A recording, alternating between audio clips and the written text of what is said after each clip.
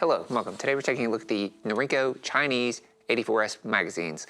Now, these were made for the Norinco 84S rifles. Those were Type 56 rifles that were sort of retooled to be in 5.56, or really 223 at the time, for the sake of sales to the American commercial market, and that happened, as the name indicates, around 1984. So these were around for a couple of years to support those rifles, and it's essentially a proprietary magazine. It definitely predates any semblance of standardization for 5.56 AK magazines, so they're just proprietary. They're definitely around, but it's all secondhand market, and so they're like $80 to $100, $120, depending upon which particular version, because they made 5-round versions, 10, 15. I don't think they ever made a 20, but they made 30s, and they even made some 40s, which I don't have. This is the Pakistani copy, but we'll come back to that. Sanctions and the ban on military imports from China, that was a long sequence of events and sort of a long time coming, but today we're just looking at the magazine itself. And while by happenstance it did work in one of my 5.56 AKs, I just really wanted to talk about the magazines, sort of how to identify them, as well as do a proper comparison to the Pakistani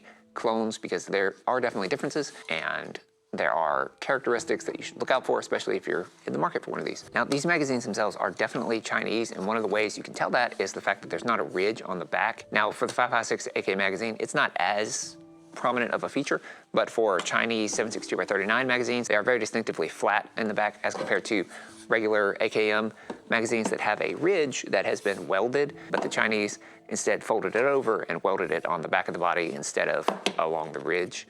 So that's a dead giveaway as far as Chinese styling and the way that they like to do their magazines. The magazine itself features a follower that is also very distinctively Chinese. While obviously it is a different follower between the 7.62x39 and the 5.56 magazine, it's the same style. So rather than a flat follower with a slightly bulbous part, you end up with a follower that has a ridge basically running all the way down the length. That style of follower was carried forward to their design for a 5.56 AK magazine. Except not always. Apparently some percentage of genuine 84S magazines floating around have a more normal style of follower, and I have yet to get my hands on one, so I don't know the story with that. Perhaps it was a 922R thing, or maybe it is a factory variant. I sincerely have no idea, but couldn't not mention it. And that's actually very distinctive to Chinese mags, and especially, I guess, the 84S mag, and that I think that's the only 5.56 AK magazine that has that style of followers. Except, of course, the Polytech, which was the other 5.56 AK rifle and magazine from China. Beyond that, they're often marked made in China on the base plate, but that is not consistent at all, and none of the examples that I have that marking. But otherwise, they are unique in one aspect, and that is, despite being pretty early 5.56 AK magazines, I think just happenstance of the cartridge they were designing them around, the width of the magazine is actually narrow enough to fit inside of an AK-74 style magwell. So while, you know, early Serbian pattern and the Galil magazines and the Valmet are all pretty wide because they're kind of sort of based off of the AKM style magazines, but the Norinco mags are narrow enough that they do fit inside of an AK-74 sized magwell, which is unique.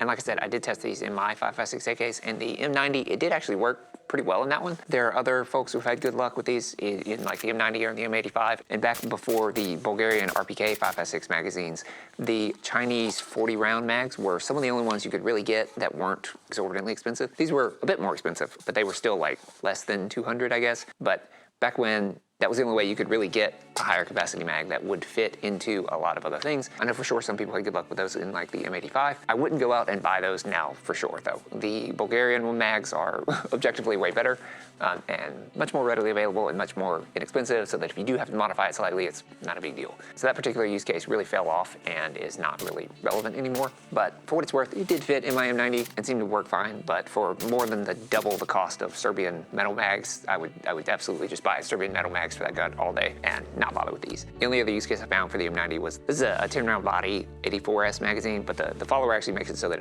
you can only fit 5. But it kind of looks like a miniature M76, which is fun, but that's such a weird random use case that it's kind of pointless unless you can find this, like I did, in a box at a gun show for pretty cheap. I also tried it in my Beryl, and while it does definitely fit in that rifle, it is much less reliable. One of the mags, and I didn't mark it so I don't know which one, but one of them would not work whatsoever. It jammed every single time it tried to feed around, and the other mags seemed to work okay, but just the fact that there's that level of inconsistency means there's no reason whatsoever to buy this. The only reason I can come up with to bother with an 84S magazine in a Beryl is if you're trying to clone a Tantal, which this is the only like native 5.56 AK magazine that's metal that will fit inside of that AK-74 spec magwell. And so, like, I guess that's a reason, but that's it. And it would really only be good for taking a picture of because it isn't reliable enough to really be viable in my opinion. That's the only use case I could even come up with for that. So honestly, skip it.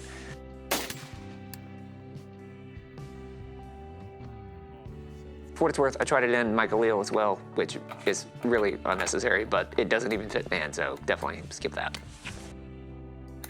And lastly, let's talk about some of the differences now that I have another one of these. I know I mentioned it in my video that I made about the Pakistani clones, but I wanted to point out a few more of the differences that I have noticed. Obviously, one being the follower is totally different. That I think is the biggest dead giveaway.